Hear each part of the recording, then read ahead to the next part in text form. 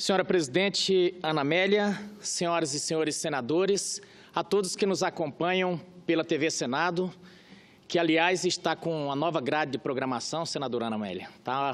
Eu vi o folder, está muito bonito, todo modernizado. Enfim, parabenizar, aproveitar a oportunidade para parabenizar toda a Agência Senado, pessoal da Rádio Senado, enfim, que tem feito um trabalho extraordinário e que a gente anda no interior do Brasil e vê muitas pessoas que acompanham os trabalhos da Casa através desses instrumentos. Mas, senadora Ana Amélia, Vossa Excelência fez uma belíssima fala, tranquila, serena, didática, e só quem trabalhou muitos anos diante da Câmara podia fazer uma fala com a presença de palco e tão esclarecedora como a senhora fez hoje. E é muito importante essas suas falas aqui, não é à toa que eu ando pelo Mato Grosso e vejo as pessoas mandando um abraço, parabenizando, homenageando, porque realmente Vossa Excelência faz um serviço, presta um serviço muito importante ao Brasil. E que serviço é esse? É desmistificar, é derrubar, é destruir, desconstruir as mentiras que são contadas aqui por certos personagens do Partido dos Trabalhadores, do Partido Comunista do Brasil e de outros anexos ao projeto de poder do Partido dos Trabalhadores.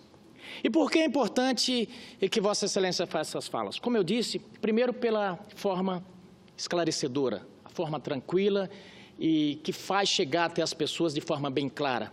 Segundo, porque suas falas são destruidoras, demolidoras desse discurso de enganação que fizeram nos últimos anos com o Brasil.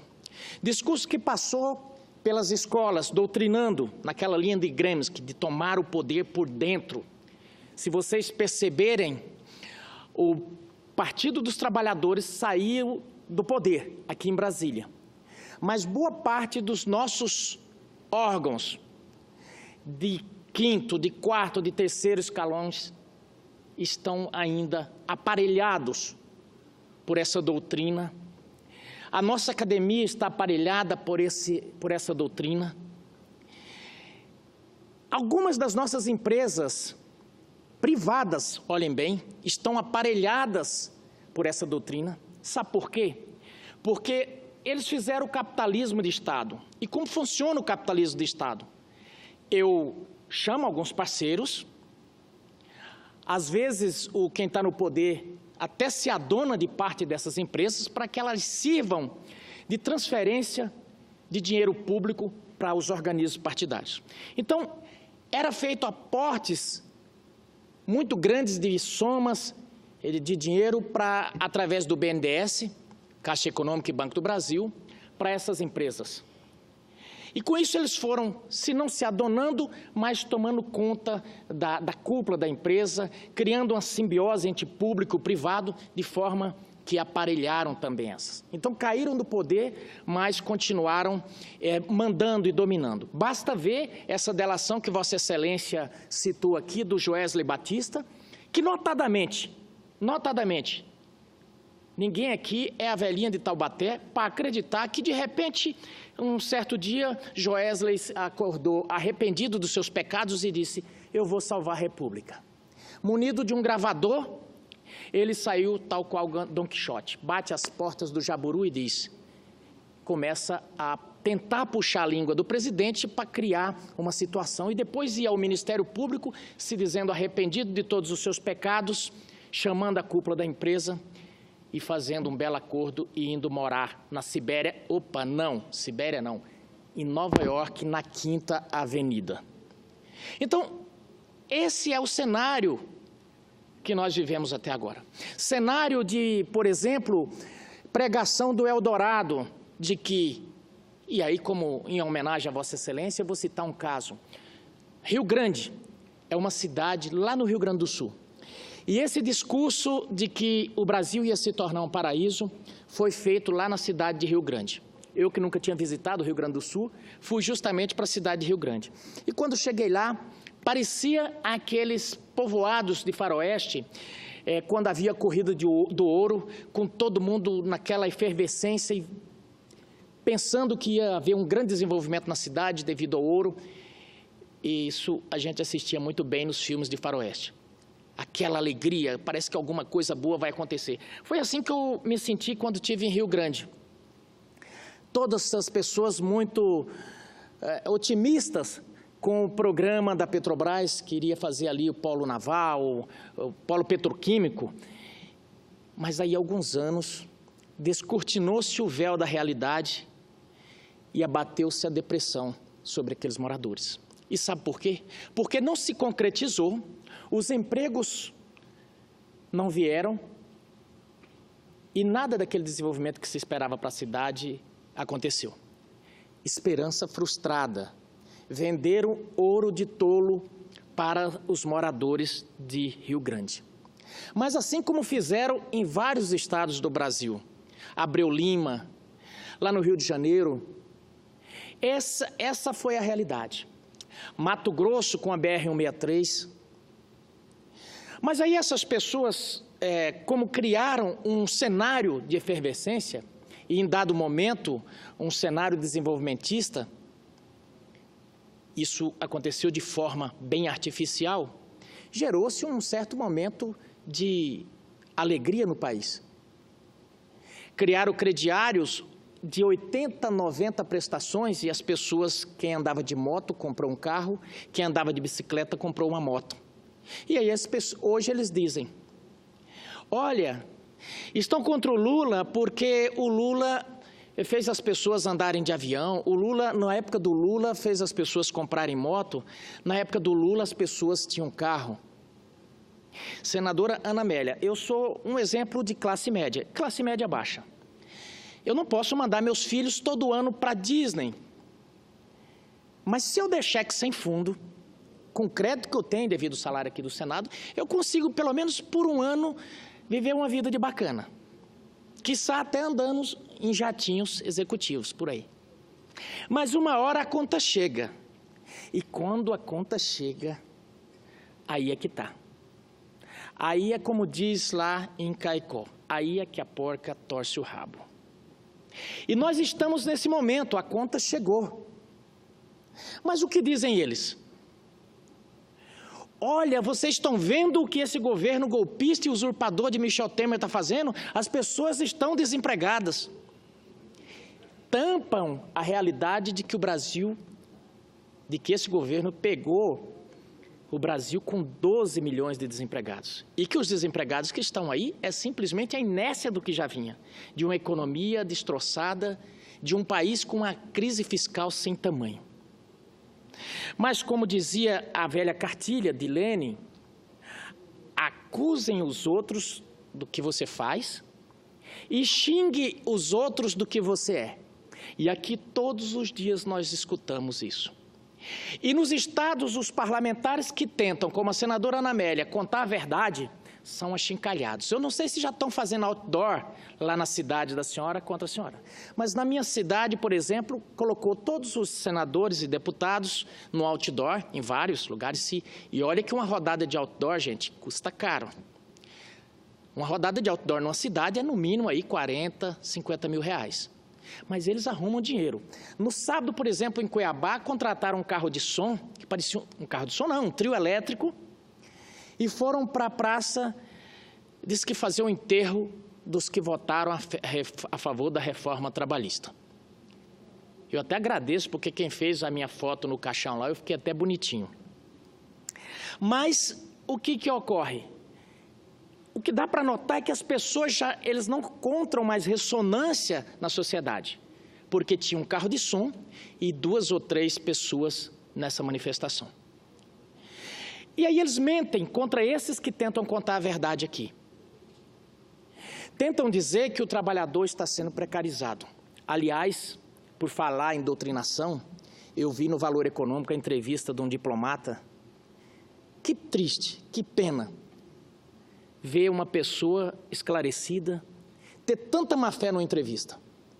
Ele começa dizendo que a reforma arrebenta com o país. E é uma loucura porque, eu volto a dizer aqui, essa reforma que nós votamos, ela só vai melhorar o ambiente, porque no sentido do que estava vindo, queriam que a CLT, que a consolidação das leis do trabalho, passasse a ser um instrumento draconiano pior do que o Código Penal, contra quem produz empregos. E tudo que nós não precisamos é desestimular as pessoas de produzir emprego, de gerar emprego. Porque se não tem quem gera emprego, não tem quem vai estar empregado. E nem todo mundo tem o tino e tem a vontade de ser empreendedor. Então, nessa linha da doutrinação, que a senadora Ana Amélia falou aqui, eles começaram a dizer: olha, o trabalhador só vai ter meia hora de emprego ou de almoço. Gente, isso é uma doidice, isso é uma insanidade. Não mexeu na hora de almoço. O que a lei passou a dizer é o seguinte, que se eu tenho o aniversário do meu filho no sábado, e eu não quero trabalhar no sábado, eu posso combinar com o patrão de chamar e dizer: patrão, se eu tiver menos tempo de almoço, se eu trabalhar menos tempo de almoço daqui até sexta-feira, ou se eu trabalhar mais tempo, eu tiver menos horas de almoço, eu posso no sábado não vir? Se o patrão achar por bem, e eu combinar, eu estou querendo, beleza, tudo bem, no sábado você vai ter tempo para arrumar o aniversário do seu filho. Ou se eu quero ir para uma pescaria, eu posso negociar isso. Bem, mas eles dizem que as pessoas só vão ter meia hora de almoço. Eu quero saber, quando a lei for implantada, senadora Ana Amélia, o que eles vão dizer quando o trabalhador perceber que vai continuar tendo o seu horário normal de almoço que ele já tinha. Passaram a dizer o seguinte: o trabalhador não terá mais 30 dias de férias. Eu volto a repetir, é mentira, é sandice, é doidice, é má fé. Não é verdade. O trabalhador continuará tendo 30 dias de férias. O que ele pode fazer e o que a lei permite agora é que, se ele quiser, assim como o funcionário público, que já existe isso no funcionalismo público, se ele quiser repartir as férias deles em 2 vezes, tirar 15 dias em janeiro, mais 15 dias em dezembro, ou em 3 vezes, vai poder. E, aliás, existe uma grande possibilidade dele ter mais de 30 dias de férias, porque se ele for um bom calculador, ele pode pensar: bom, vai ter um feriado prolongado no carnaval. Se eu tirar minhas férias antes do feriado prolongado, eu vou ter meus 10 dias de férias e mais 5, por exemplo, ou mais 3. E como tem vários feriados no ano, ele pode calcular para ter as férias desse tipo. Mas fazem questão de vir aqui e dizer: o trabalhador não terá mais 30 dias de férias. Para quê? Para deixar as pessoas enraivecidas, para deixar as pessoas descontentes. E sabe qual é o objetivo disso? Arrebanhar descontentes. Não tem coisa mais fácil do que você arrebanhar descontentes. Isso não é de hoje, essa cartilha. Se você é um bom leitor ou já leu a Bíblia, vai ver que isso foi feito por Absalão, filho de Davi. Ele tinha uma encrenca com o pai, queria o poder, e diz que ele ficava observando nos portões do palácio. A pessoa chegava, ele via quem saía descontente ali e falava: e aí, como é que foi que julgaram sua causa? Falava: eu não tive sucesso. Ele falava: pois é, você veja que governo. Se eu fosse o rei, sua causa, uma causa justa como a sua, eu ficaria do teu lado. E ele foi angariando simpatizantes até que deu um golpe no pai. Esse é um modelo antiquíssimo. Querem deixar os trabalhadores em depressão, descontentes, para voltarem a ter o poderio que tinha, a tutela que tinha sobre os trabalhadores. Mas aí vem a parte importante do discurso da senadora Ana Amélia, que essa é importante para o Brasil. É que a porca lavada voltou à lama. Isso é um ponto importante e que eu deixo aqui todos os brasileiros que acompanham a política e que têm medo que esse modelo volte ao poder e transforme o Brasil numa Venezuela. Lembre-se que esse partido só conseguiu alçar a presidência da República, chegar ao poder, após fazerem a carta aos brasileiros, segundo conta a lenda urdida pelo marqueteiro Duda Mendonça, onde criou a figura do Lulinha Paz e Amor. E ele passou a ter um sorriso, ajeitou a barba, tinha aquela barba que na época eles pensavam que era bonito ser feio. Então era aquela coisa horrível, Aí ele ajeitou a barba, deixou uma coisa bonita, um sorriso sempre bonito no rosto, a fala mansa, deixou de ter aquela gritaria. Mas se vocês perceberem, eles voltaram a ser chato como eram. Eles dando uma gritaria, parece pela de porco. É uma gritaria infindável, esbravejam, parece que estão possessos. Voltaram a ser doidos. E o que acontece? Até dizem que ele não está mais radical, está maduro, né? Está mais maduro. Portanto, eles resolveram copiar de vez esse modelo da Venezuela e querem apresentar com nova cara. Veja bem, o PT, que era o Partido Paz e Amor, voltou agora à sua radicalidade. E a gente percebe que o Brasil já não aceitava naquela época, porque eles perderam. Na época do Collor, em 89, depois perderam 2 vezes para Fernando Henrique, e só depois de Fernando Henrique, quando fizeram a maquiagem, é que chegaram ao poder. Então, o que a gente nota é que podem ficar tranquilo que desse mal nós não vamos morrer. Com esse modelo que está aí, graças a Deus, eles estão pondo realmente a cara do que é, e a realidade é o que é, não o que a gente quer que seja. E isso é bom, porque voltaram, realmente estão se apresentando aos brasileiros com a cara que tem. Qual é a cara deles? A cara deles é aquela cara raivosa do Stedley. A cara deles é aquela cara que se apresentaram aqui na esplanada dos ministérios quebrando tudo. É a tomada do poder na base da força. É a tomada do poder na base do que disse ele recentemente, que voltando ele vai tratar a imprensa na chibata, que ele vai fazer o que deveria ter feito, que é controlar a imprensa. Onde é que a gente vê esse modelo? Aqui, vizinha Venezuela. É um modelo bom? Vamos perguntar se é um modelo bom. A Colômbia já não aguenta receber tantos venezuelanos fugindo desse regime. O Brasil, em Roraima, está lotado de pessoas fugindo desse regime. As prateleiras dos supermercados estão vazias.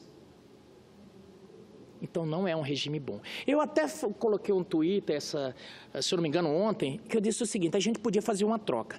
Pegar as pessoas do PCdoB, PSOL, Rede e do PT, que gostam do Maduro e que apoiam o regime de Maduro, podia mandá-las para lá e pegarmos os venezuelanos que não querem o regime do Maduro e trazer para cá. Daria certinho. Ficava cada um com sua parte e aí o Brasil poderia seguir em paz.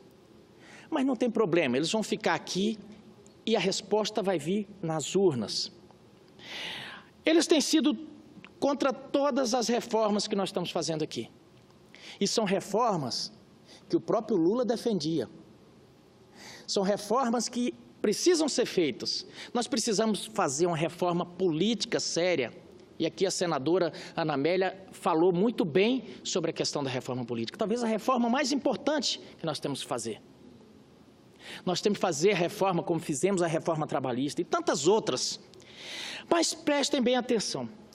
Tudo que foi de bom para o Brasil até hoje, que não foi proposto pelo PT, o PT foi contra. E aí as pessoas podem dizer, mas senador Medeiros, o senhor tem alguma coisa contra o PT? É pessoal? Não, não é pessoal.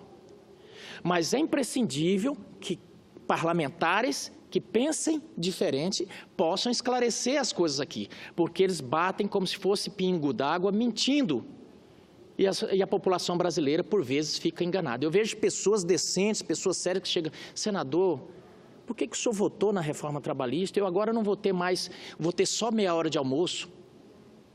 Então, é contra essas mentiras que eu venho aqui. Mas eu quero rememorar ao povo brasileiro de que essa cartilha desse pessoal é posar de vítima, é posar sempre do lado dos pobres, mas com aquele pensamento seguinte, é como dizia, vou citar novamente a Bíblia, pois vocês dizem, Senhor, Senhor, mas o seu coração está longe de mim. Eles falam a pobreza aqui o tempo inteiro, mas o coração está longe dos pobres. Porque, vejam, quando subiram ao poder, não foram com os pobres que eles foram para a mesa. Eles foram para a mesa com a Odebrecht, com a Queiroz Galvão, com a UTC, com a OAS, com a Odebrecht, com a JBS. Foi com esse povo que eles foram para comer na mesa. Não tinha uma mesa cheia de pobres, não tinha o Palácio do Planalto lotado de pobres, não. Aliás, teve.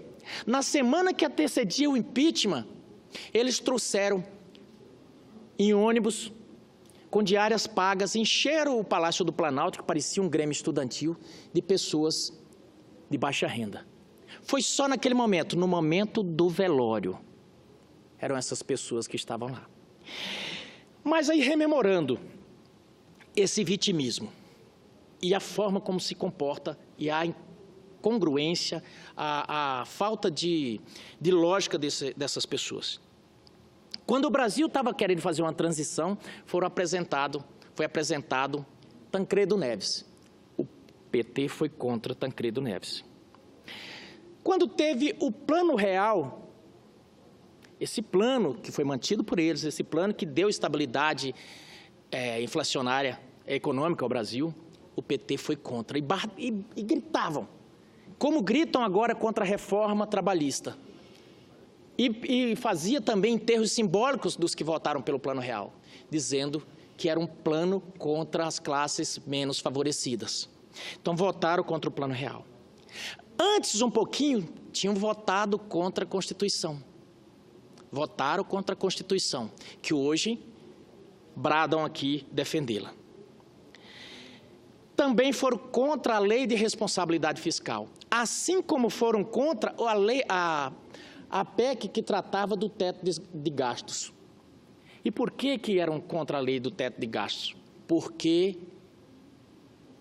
a política econômica desse pessoal é gastar, gastar e gastar. E quando o Estado tiver quebrado, eles defendem que o Estado gaste mais para tentar dar um tranco na economia. E citam pensadores, citam com todo o arroba aqui Keynes. E cada vez que citam Keynes aqui, eu creio que ele se revolve no túmulo. Porque não foi isso que ele disse. Mas falemos de Keynes outra hora. O certo é que tudo que é bom para o Brasil, o PT foi contra. Mas são a favor de tudo que é bom para o PT e para o Lula. E, ultimamente, a agenda que tem se mostrado para o país é bom para eles, mas não para o Brasil. E faço toda esse arrazoado aqui, simplesmente para mostrar ao povo brasileiro. Nós precisamos fazer todas essas reformas. Reforma política, reforma tributária, a reforma trabalhista que fizemos. E deixo bem claro ao povo brasileiro. Todo mundo vai continuar tendo o mesmo horário de almoço, todo mundo vai continuar tendo FGTS, todo mundo vai continuar tendo 30 dias de férias, todo mundo vai continuar tendo seus direitos consagrados na Constituição. O que estão dizendo que o trabalhador vai perder é simplesmente mentira para poder ganhar voto, para arrebanhar descontente. A reforma do ensino médio foram contra. E agora fizeram uma pesquisa e mostra que a comunidade educacional brasileira já começa a entender que nós precisávamos de uma reforma educacional. Já termino, senadora Ana Amélia. Eu queria apenas aproveitar, porque estamos recebendo visitantes muito ilustres e muito caros ao senhor, senador José Medeiros. São estudantes de Direito da Universidade de Cuiabá, de Rondonópolis, senador Medeiros. Rondonópolis, Universidade de Cuiabá. Então, eu queria saudar todos os senhores. O senador José Medeiros está na tribuna e é um representante do Estado do Mato Grosso, um combativo parlamentar, a quem eu também agradeço de fundo do coração as referências dos gaúchos que moram no seu estado e que têm dado o estímulo para que continuemos a nossa batalha. Então, desculpa a interrupção, mas acho que era justiça, porque às vezes a visita é muito curta e eles têm de sair da visita. O senhor não teria oportunidade de dar um abraço aos jovens estudantes da Universidade de Cuiabá, do curso de Direito de Rondonópolis. Senadora Ana Amélia, aliás, eu agradeço. Aliás, eu agradeço, senadora Ana Amélia, essa oportunidade para cumprimentar meus conterrâneos, porque sou de Rondonópolis. Aliás, os 3 senadores de Mato Grosso são de Rondonópolis e para mim é uma honra estar falando aqui para os meus conterrâneos. Aliás, essa cidade, senadora Ana Amélia, é uma cidade diferenciada. É uma cidade que tem um polo educacional muito importante, um polo empresarial cito, por exemplo, o maior terminal ferroviário de cargas está em Rondonópolis, e uma cidade que tem se destacado também no índice de desenvolvimento humano. E lá tem uma comunidade que faz direito muito grande. Então, quero saudar aqui e agradecer por me fazer essa homenagem de estarem aqui justamente na hora que um representante do Estado de Mato Grosso está na tribuna do Senado. Falava agora há pouco justamente sobre algumas reformas que temos feito aqui no Senado e que têm sido enxovalhadas pelo Partido dos Trabalhadores. E estou tranquilizando a todos os trabalhadores do Brasil de que essas reformas não são uma reforma do governo Temer, não são uma reforma desse ou daquele partido. Nós vamos fazer reformas para que a gente possa gerar emprego. E, obviamente, que quanto mais pessoas gerando emprego tiver, mais desenvolvimentos vamos ter.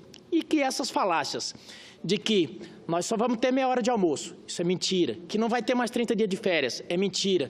Que daqui para frente vai ter que trabalhar 12 horas, tudo mentira, gente. Podem ficar tranquilos, quando ela entrar em vigor, o povo brasileiro vai estar em boas mãos nessa reforma. E que nós precisamos fazer outras. Então, agradeço de coração de vocês estarem aqui e quero em breve fazer umas visitas, porque eu, assim como a senadora Ana Amélia, nós temos aqui feito, ao invés da gente fazer uma revista para divulgação de trabalhos, nós temos optado por fazer vademecums, Constituição, enfim, códigos que possam ser distribuídos nas universidades. Então, estou à disposição, quem precisar da Constituição, nós estamos lá, talvez já inclusive mandei algumas para o UNIC, mas estamos à disposição dos estudantes de Rondonópolis.